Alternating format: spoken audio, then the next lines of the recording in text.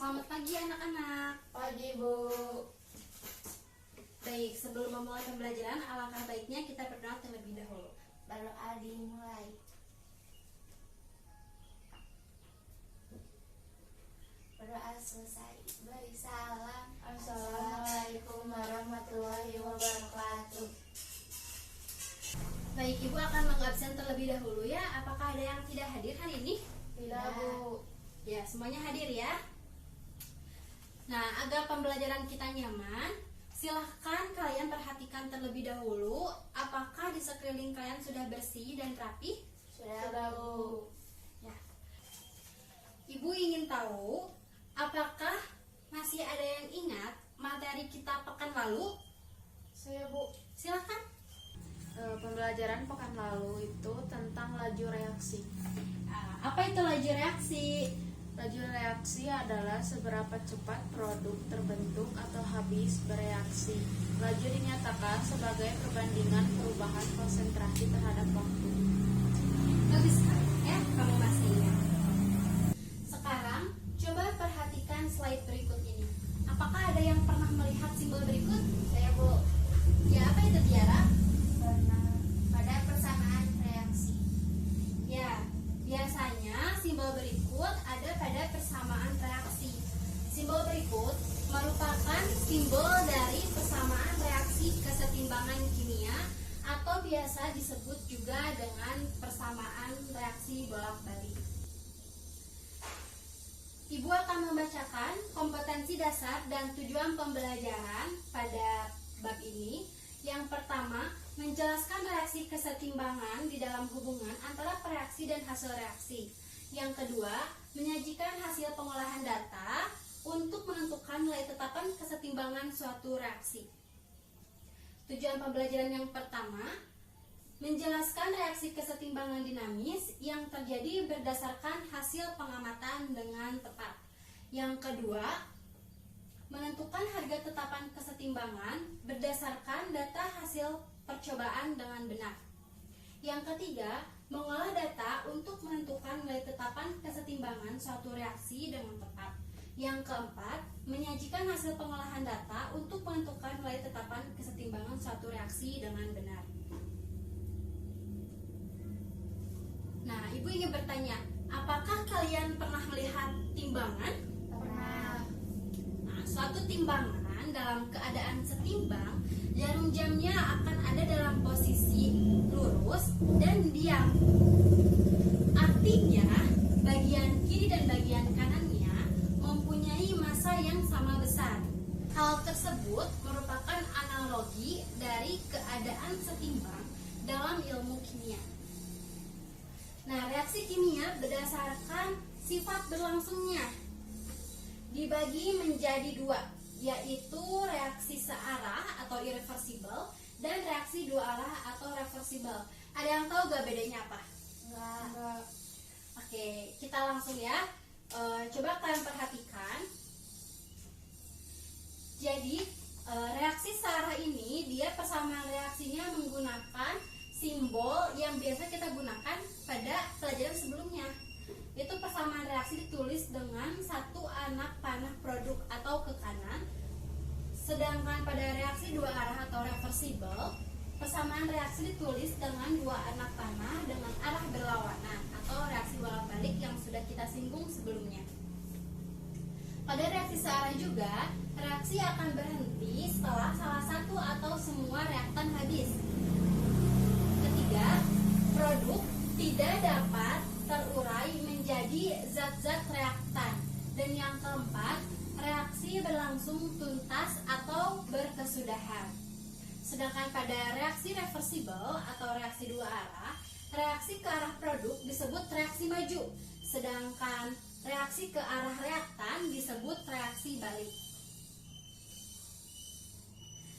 Berdasarkan hal tersebut, jadi reaksi kesetimbangan adalah reaksi reversible atau bolak-balik antara reaktan dan produk, umumnya terjadi di dalam wadah tertutup. Ada yang bisa menyimpulkan gak jadi kesetimbangan kimia itu apa? Saya, Bu. Silahkan Angela. Kesetimbangan kimia adalah massa sebelah kanan sama dengan sebelah kiri. Baik, terima kasih. Lebih tepatnya, kesetimbangan kimia adalah keadaan di mana laju reaksi maju dan laju reaksi balik adalah sama besarnya, dan konsentrasi reaktan dan produk tetap tidak berubah seiring berjalannya waktu. Selanjutnya, reaksi kesetimbangan berdasarkan fasa. Fasa itu ada apa aja? Pada pelarutan dan gas cair. Ya, betul. Sama ya, dibagi menjadi dua. Yang pertama reaksi kesetimbangan homogen dan reaksi kesetimbangan heterogen. Apa itu perbedaannya? Kita lihat bahwa pada kesetimbangan homogen di dalamnya terdapat satu wujud, misalnya gas atau larutan. Sedangkan pada reaksi heterogen terdapat berbagai macam wujud zat, misalnya gas, padat, cair, dan larutan. Ibu akan memberikan contoh persamaan reaksi. Nanti kalian tentukan apakah reaksi tersebut termasuk dalam reaksi kesetimbangan homogen atau heterogen. Persamaan reaksinya, N2 gas ditambah 3H2 gas. Reaksi kesetimbangan menghasilkan 2NH3 gas. Termasuk ke dalam reaksi kesetimbangan apa? Homogen.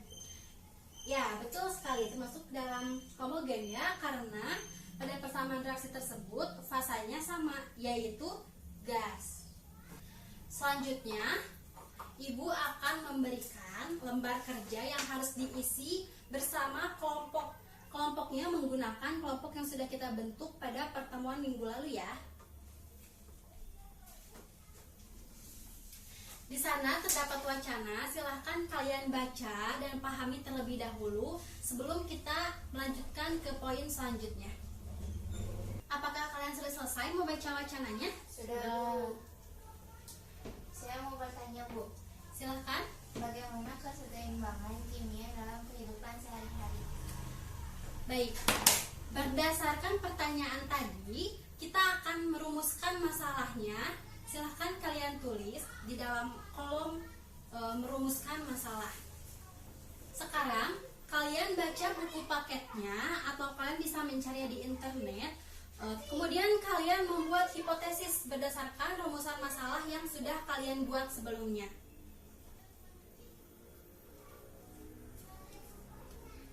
Bagaimana? Bu mau bertanya, kalau ini apa? Ini adalah grafik konsentrasi terhadap waktu. Kalian cari di buku paket penjelasan mengenai grafik tersebut ya. Kasih, Bu.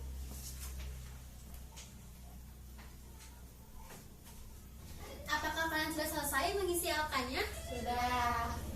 Bagus. Sekarang kalian silakan presentasikan perwakilan kelompok di depan kelas. Saya dari kelompok 1 akan mempresentasikan hasil jawaban kelompok saya.